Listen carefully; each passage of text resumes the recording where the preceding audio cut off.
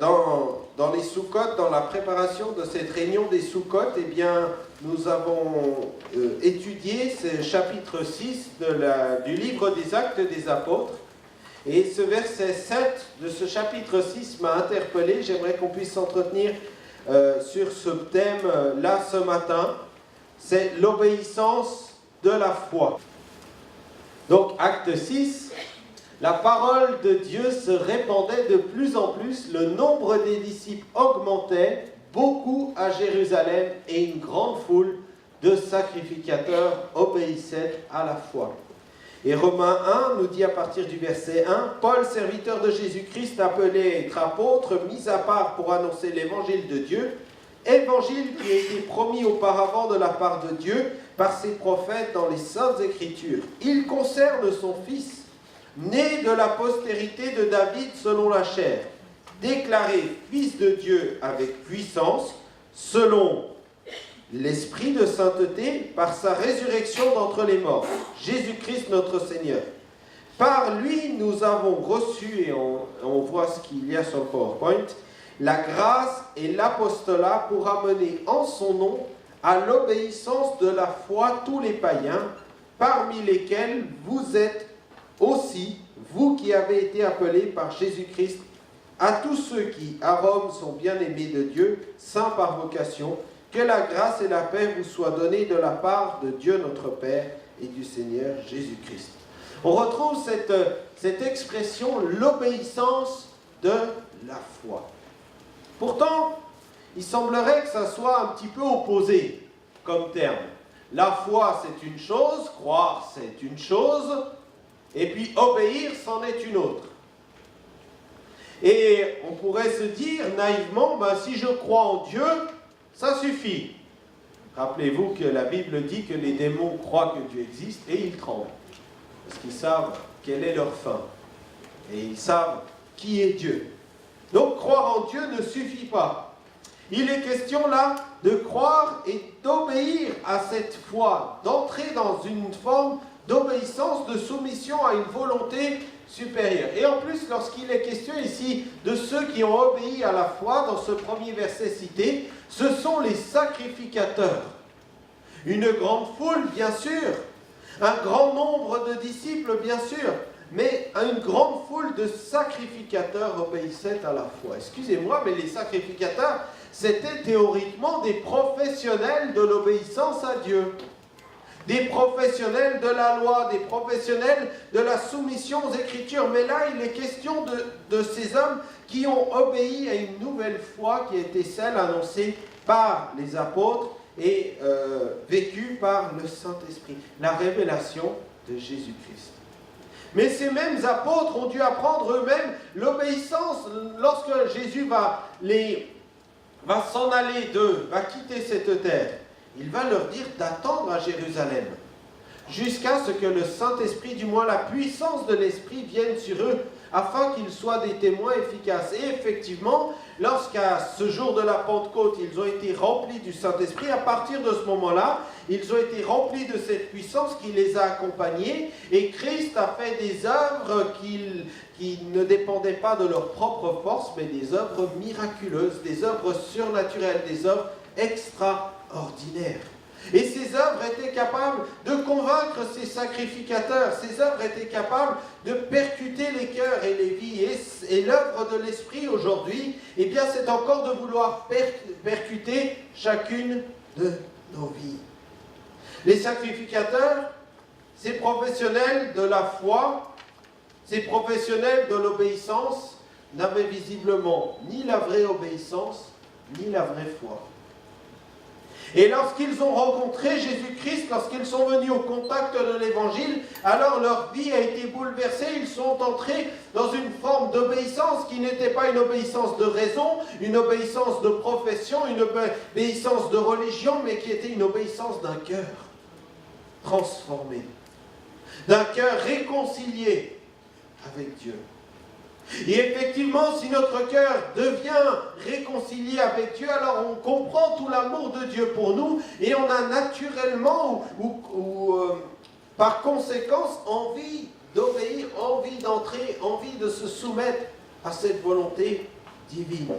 D'où la notion d'obéissance à la foi. Et dans Romains, bien là, il est question d'obéissance à la foi, mais pour tous les païens. Donc ça s'adresse à chacun d'entre nous également. Il y a d'autres passages où nous voyons une forme d'obéissance qui va se manifester. Voilà, je n'ai pas la main.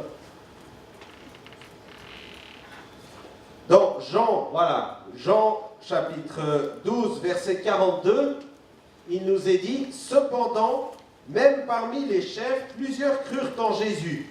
Mais à cause des pharisiens, ils n'en faisaient pas l'aveu dans la crainte d'être exclus de la synagogue. » Donc déjà du temps de Jésus, certains de ces sacrificateurs l'ont reconnu. Mais il ne s'est pas passé suffisamment de bouleversement dans leur cœur en profondeur pour qu'ils osent affirmer cette foi-là. Alors que là, eh bien, on les voit tous marcher, tous désirer suivre, tous désirer s'engager dans les voies de Dieu.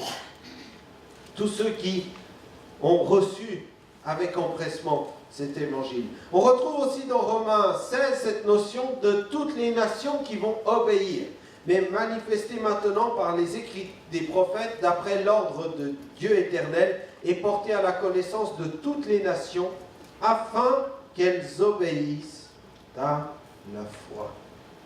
Cette notion d'obéissance, on la retrouve plusieurs fois également dans Romains 15, verset 18, « Car je n'oserais mentionner aucune chose que Christ n'a fait par moi pour amener les païens à l'obéissance, par la parole et par les actes, par la puissance des miracles et des prodiges, par la puissance de l'Esprit de Dieu, en sorte que depuis Jérusalem et les pays voisins jusqu'en Irénie, je n'ai abondamment répandu l'évangile de Christ. » Voyez, leur obéissance, cette fois, est en parole et en acte. De même que l'obéissance de l'apôtre est en parole et en acte. Mais également une obéissance spirituelle. Parce que cette obéissance par les actes, cette obéissance par le cœur, va avoir une portée, une conséquence dans une action spirituelle. Effectivement, il va se passer des miracles, des prodiges, par la puissance de l'Esprit de Dieu. Je crois que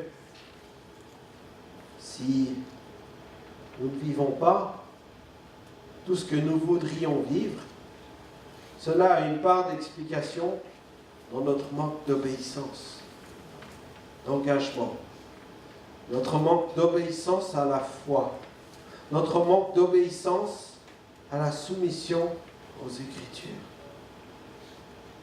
On retrouve cette action d'obéir, cette action d'engagement vraiment manifeste dans les actes des apôtres, ce début de l'Église. Ils sont dans leur foi, dans leur marche avec le Seigneur, tout feu, tout flamme, dans un ardent désir de lui plaire. Ce premier amour est là, il est brûlant. Ils viennent de sortir de beaucoup de temps d'incompréhension. Pour la plupart, ils suivaient une religion d'une manière aveugle. Et enfin, la lumière se fait. Et enfin, ils comprennent le plan du salut pour eux. Et enfin, ils sont remplis de l'Esprit de Dieu. Et tous ces éléments conjointement réunis font qu'ils ont dans leur cœur un feu brûlant. Et ce feu brûlant fait qu'ils obéissent même dans certains excès, parce qu'on voit cette première église qui vend tout, qui vit tout en commun, et ils vivent des choses extraordinaires pour un temps.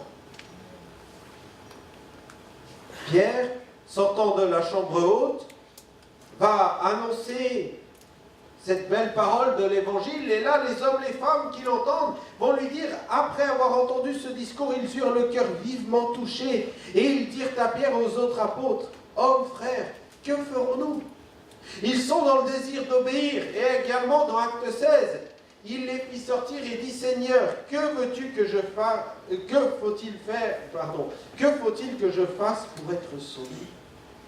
Un désir ardent, une réponse. Toutefois, ce n'est pas l'obéissance en elle-même qui sauve, mais sa manifestation comme conséquence et comme fruit de la foi. C'est la foi qui sauve, c'est la grâce qui demeure le moyen de salut. C'est l'espérance, c'est la foi dans le nom de Jésus qui fait que nous sommes enfants de Dieu. Mais cette foi doit se concrétiser par une obéissance, par un acte d'obéissance et même par une vie d'obéissance. Par un état d'esprit d'obéissance. On le verra dans quelques instants. L'obéissance en soi ne sauve pas. Beaucoup d'hommes et de femmes, c'est le propre de la religion, obéissent à tout un tas de règles, de principes, qui quelquefois sont même bibliquement défendables. Mais l'obéissance, elle est de fait par une action humaine et elle n'est pas la conséquence d'un changement de cœur. Or, par les hommes, nous ne pouvons pas être sauvés, aussi justes et aussi bonnes soient-elles, aussi bibliquement défendables soient-elles. Pour pouvoir obtenir le salut, il faut recevoir Jésus-Christ comme son sauveur et son Seigneur personnel. Mais il faut également par la suite, dans la mesure du possible, entrer dans ces actes d'obéissance. C'est pour cela que Jésus, dans Marc 16, dira « Celui qui croira et qui se fera baptiser sera sauvé, mais celui qui ne croira pas sera condamné. » Voici le premier acte d'obéissance publique, le premier engagement public, c'est passer par les eaux du baptême. Mon frère, ma soeur, mon ami, ici, tu as rencontré Jésus-Christ et que tu n'es pas encore passé par les eaux du baptême, mais fais-le, ne tarde pas, engage-toi, obéis. Pourquoi, comment? Eh bien, viens au cours de baptême, on t'expliquera pourquoi et comment. Mais il y a une conséquence spirituelle à cette obéissance, toutefois physique. Parce que ça reste passé dans un peu d'eau. Mais derrière, il y a une réalité spirituelle qui est bien plus importante. L'obéissance, c'est d'abord une affaire de cœur. D'abord une affaire de cœur. Dans Romains 6, il est dit « Mais grâce soit rendue à Dieu de ce que, après avoir été esclave du péché, vous avez obéi de cœur à la règle de la doctrine dans laquelle vous avez été instruits. » Obéi de cœur à la règle de la doctrine. Oui, il y a une règle. Oui, il y a une marche. Oui, il y a une soumission qui doit se faire. Oui, il y a une obéissance qui est conséquente à la foi. Mais cette obéissance se fait par son cœur. Et prend sa source dans son cœur. Et si je manque d'obéissance dans ma vie, alors il faut que j'aille voir dans mon cœur ce qui dysfonctionne. C'est-à-dire dans ma relation avec Dieu, ce qui dysfonctionne. Et lorsque cette relation avec Dieu est rétablie et consolidée et fortifiée, elle nous fait entrer, elle nous conduit à l'obéissance avec joie. L'obéissance de la foi qui produit un fruit merveilleux. Paul dira aux Corinthiens, nous renversons les raisonnements et toute hauteur qui s'élève contre la connaissance de Dieu et nous amenons toute pensée captive à l'obéissance de Christ. Le mot obéissance qui revient. Comment faire pour te plaire, Seigneur? Comment faire pour vivre davantage de la vie de ton esprit? Comment faire, Seigneur, pour aimer davantage et mieux mon prochain? Comment faire pour pardonner à mon ennemi? Comment faire cela, Seigneur? Eh bien, si c'est cela la préoccupation de votre cœur, de vos pensées, alors le Seigneur, il fera une transformation dans votre être tout entier, et même vous n'allez plus vous reconnaître. Tellement le Seigneur aura changé. Une sœur nous témoignait vendredi que là, maintenant, elle a des actions, elle est dans une paix qu'elle n'avait jamais connue avant. Pourtant, elle a envie de se mettre en colère, mais la colère ne vient pas. Bon, elle a vraiment de la chance.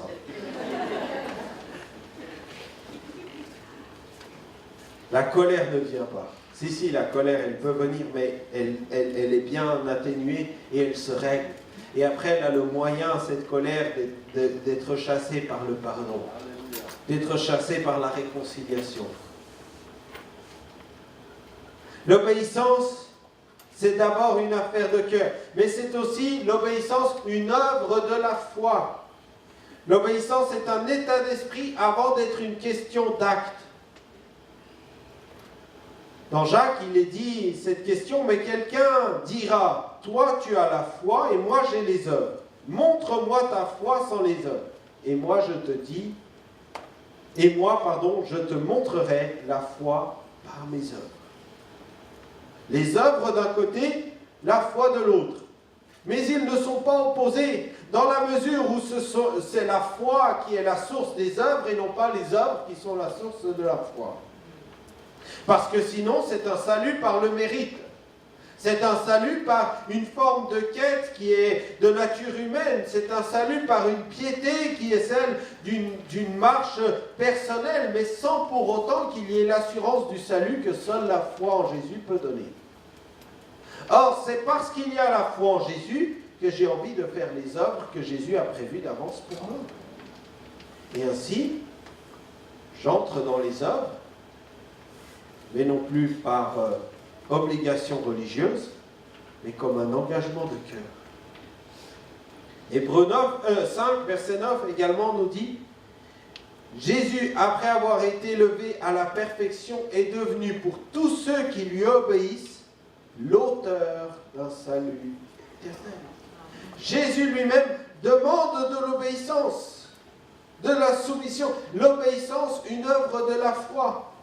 Et comment reconnaître que quelqu'un est vraiment converti? Eh bien, c'est quand il porte les fruits dignes de la repentance, c'est-à-dire la marque de l'obéissance de son cœur, de sa vie au plan de Dieu. La recherche de la sainteté, la recherche de la gloire de Dieu pour son être.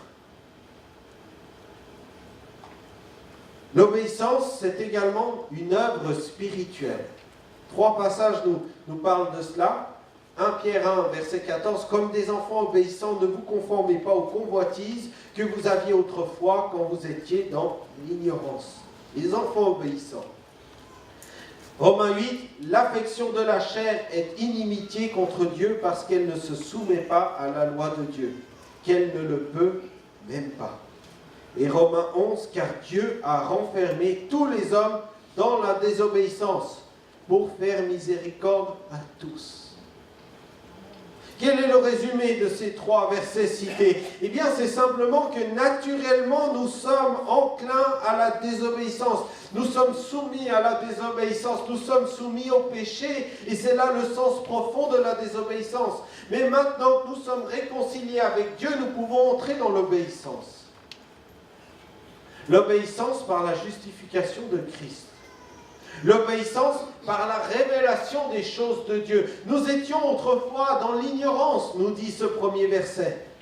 Mais maintenant, nous ne devons plus vivre comme des enfants ignorants. Et nous comprenons que Dieu a un projet pour nous.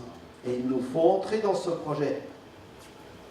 Nous ne pouvons plus vivre comme s'affectionnant aux choses de la chair comme étant la priorité dans notre vie. Et nous devons désirer s'affectionner aux choses de Dieu, se soumettre à la loi de Dieu, obéir à la loi de Dieu, combien même elle serait contraignante dans l'instant présent. Mais elle procure quelque chose de bénéfique pour la suite.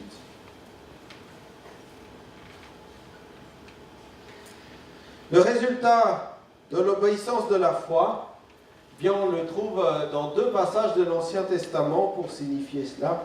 « Oh, si tu étais attentif à mes commandements, ton bien-être serait comme un fleuve et ton bonheur comme les flots de la mer. » Et Psaume 32, verset 8, « Je t'instruirai et je te montrerai la voie que tu dois suivre. Je te conseillerai et j'aurai les regards sur toi. » Donc c'est Dieu qui parle. « Ne sois pas comme un cheval ou un mulet sans intelligence. On le bride avec un frein et un mors dont on le part, afin qu'il ne s'approche point de toi. Beaucoup de douleurs sont la part du méchant, mais celui qui se confie dans l'Éternel est environné de sa grâce. » Et dans ces 2 passages, il est question là d'une conséquence de cette obéissance, d'une conséquence de cette soumission aux commandements, aux ordonnances de Dieu.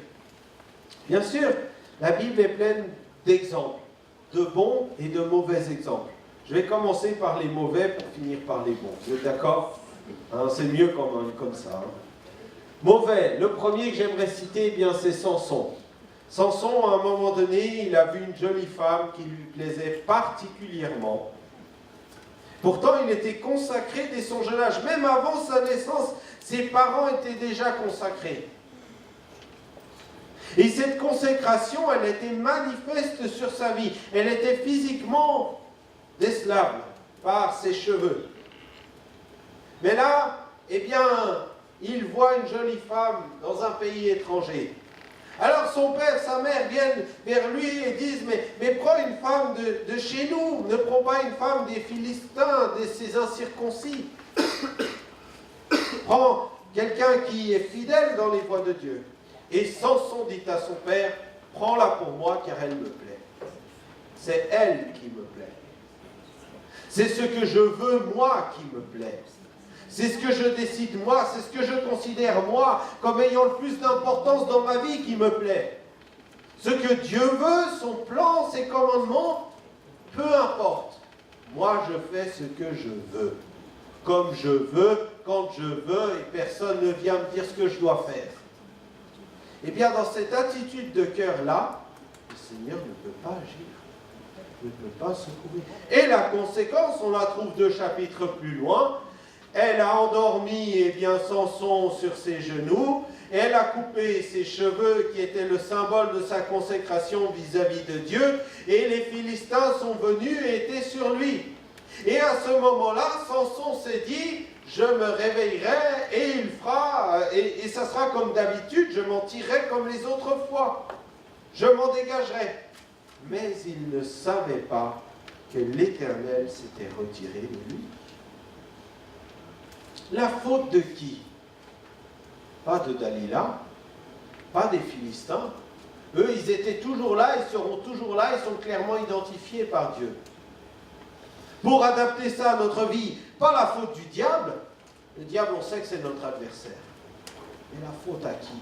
À Samson, qui a désobéi clairement et qui a persévéré dans son endurcissement de cœur, dans sa désobéissance au commandement de Dieu, au commandement de ses parents, aux ordonnances de ce que Dieu avait pour lui de mieux. Un autre exemple, c'est celui de Saül. Saül, il est conquérant, il est vainqueur sur l'ennemi, et Samuel lui avait dit, tous les animaux de l'ennemi, tu les traites en interdit, c'est-à-dire tu les détruis, tu les tues. Et Saül s'est dit dans son cœur, on va garder quelques-uns de ces animaux pour les offrir à Dieu. Ça va lui faire plaisir quand même au Seigneur. Quelques bons petits sacrifices.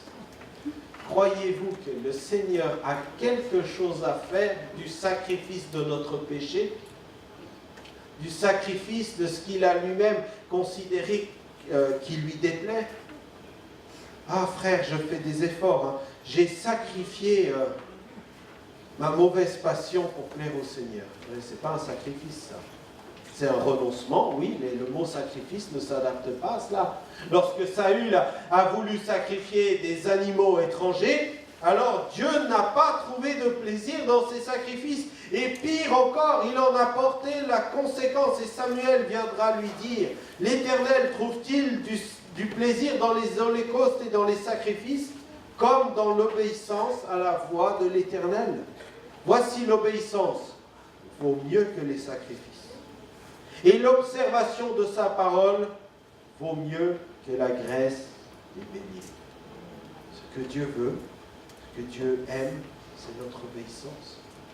Être fidèle en peu de choses pour qu'il nous confie de plus en plus grand. Bien sûr, bon exemple, et ce merveilleux exemple d'Abraham, c'est par la foi qu'Abraham, lors de sa vocation, obéit et partit pour un lieu qu'il devait recevoir en héritage et qu'il partit sans savoir où il allait. Formidable Abraham. Dans son contexte, il a là une révélation de Dieu.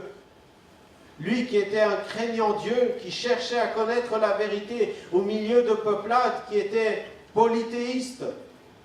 Lui, il a cherché à vouloir rencontrer Dieu et Dieu s'est révélé à lui et Dieu l'a appelé, et Dieu l'a mis à part et Dieu lui a dit, va dans un pays que je te montrerai. Et Abraham, sur cette foi-là, sur cette rencontre-là de Dieu, dont il n'avait ni la loi, ni les prophètes, ni la Bible, ni quoi que ce soit, va suivre la voie de Dieu. Il va prendre, lui, tout son bétail, toute sa famille, et il va aller dans un lieu qu'il ne connaissait pas. Quel homme de foi, quel homme d'obéissance. Mais c'est pour cela, et c'est par son obéissance que nous sommes aujourd'hui des enfants de Dieu, par la foi, par le père de la foi, Abraham.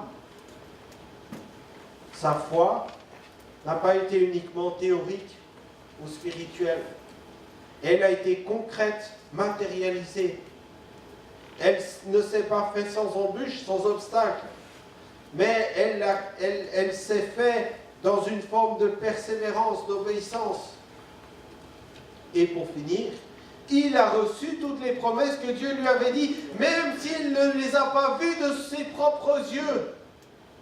Mais nous pouvons témoigner que ce que Dieu lui a dit, ça s'est parfaitement accompli. Et puis, bien sûr, un dernier bon exemple, bien Jésus lui-même. Ayant paru comme un simple homme, il s'est humilié lui-même, se rendant obéissant jusqu'à la mort, même jusqu'à la mort de la croix. L'obéissance de Christ a été tellement grande qu'il est passé, malgré lui, c'est-à-dire malgré sa volonté propre d'homme, il est passé par la croix pour nous sauver, nous. Et heureusement qu'il a accompli ainsi la volonté de Dieu, qu'il n'a pas cherché son intérêt immédiat, mais qu'il s'est inscrit dans la perspective divine, parce que le fruit, eh bien, c'est vous et c'est moi ce matin dans ce lieu. Et plus que dans ce lieu, dans les cieux, inscrit dans les cieux, pour toujours. Car comme par la désobéissance d'un seul homme, l'ancien Adam, beaucoup ont été rendus pécheurs, de même, par l'obéissance d'un seul, beaucoup sont rendus justes. L'obéissance de Christ, comme exemple dans notre vie, nous conduit à entrer dans ce plan du salut. En conclusion, je dirais, comme il est écrit dans l'Épître aux Hébreux, Dieu fixe de nouveau un jour, aujourd'hui, en disant dans David, si longtemps après, comme il dit plus haut, aujourd'hui, si vous entendez sa voix, n'endurcissez pas vos cœurs, car si Josué leur eût donné le repos, il ne parlerait pas après cela d'un autre jour. Il y a donc un repos de sabbat réservé au peuple de Dieu. Car celui qui entre dans le repos de Dieu se repose de ses œuvres, comme Dieu s'est reposé des siennes. Efforçons-nous donc d'entrer dans ce repos, afin que personne ne tombe en donnant le même exemple de désobéissance. La désobéissance aux choses de Dieu, c'est d'être loin de son repos. L'obéissance aux choses de Dieu, c'est justement d'entrer dans son repos. Mais quel repos? De quel repos il s'agit? Parce qu'on a vu qu'il y a des actes d'obéissance. Ce n'est pas le repos de « je ne dois plus rien faire ». Mais c'est le repos de « mon salut est acquis une fois pour toutes et je n'ai rien à y ajouter, rien à y retrancher ». Ce que Dieu a prévu pour moi est parfait. Je n'ai plus qu'à entrer dans ses plans. Je n'ai plus qu'à suivre son chemin. Je n'ai plus qu'à marcher en laissant le berger devant conduire mes pas. Je peux entrer dans ses œuvres préparées d'avance. Je peux entrer dans ce repos parce que Christ est mon avocat. Il défend ma cause. Je peux entrer dans ce plan de salut parce que Dieu a tout prévu. Jésus lui-même s'est écrié sur la croix, tout est accompli. Alléluia. Tout. Efforçons-nous donc d'entrer dans ce repos. Efforçons-nous donc. Romains 10, 16. Mais tous n'ont pas obéi à la bonne nouvelle. Aussi Ésaïe dit-il, Seigneur, qui a cru à notre prédication? Ça s'adresse peut-être à celui ou celle qui, au milieu de nous, n'a pas encore cru à la prédication, pas la mienne, celle de la Bible que je fais ce matin, celle de l'Évangile, celle de l'obéissance, de la foi. Et dans 2 Thessaloniciens, Paul dira, « Car il est de la justice de Dieu de rendre l'affection à ceux qui vous affligent et de vous donner, à vous qui êtes affligés, du repos avec nous. Lorsque le Seigneur Jésus apparaîtra du ciel avec les anges de sa puissance, au milieu d'une flamme de feu, pour punir ceux qui ne connaissent pas Dieu et ceux qui n'obéissent pas à l'évangile de notre Seigneur Jésus-Christ. » Viendra un temps, ce sera la fin. Jésus reviendra, où votre temps ici-bas sera terminé. À ce moment-là, chacun rendra compte devant la justice de Dieu. Mais celui qui a Jésus-Christ, eh bien, il a cet avocat formidable qui défendra sa cause, qui a payé lui-même le prix à sa place sur cette croix. Mais celui qui n'a pas Christ, il recevra la juste rétribution de ses actes. Et il rendra l'affliction, Dieu rendra l'affliction à celui qui est peut-être dans une espèce sur la terre d'une joie éphémère, d'une quête éphémère, qui lui apporte quelques satisfactions, certainement ici-bas, et je lui le souhaite, mais par rapport à l'avenir, par rapport à l'éternité, la vie n'est pas réglée.